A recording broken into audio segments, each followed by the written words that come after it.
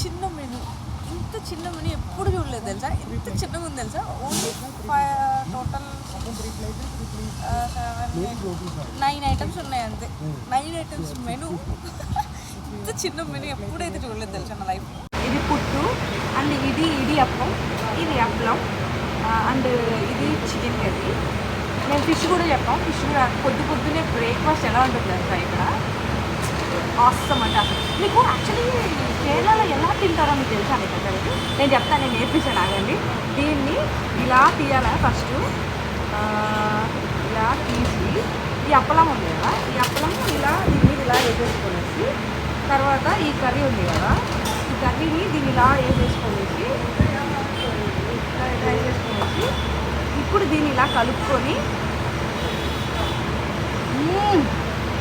ఇలా తింటే అంతే మెస్మరైజ్ అయిపోవాల్సిందే అందరూ.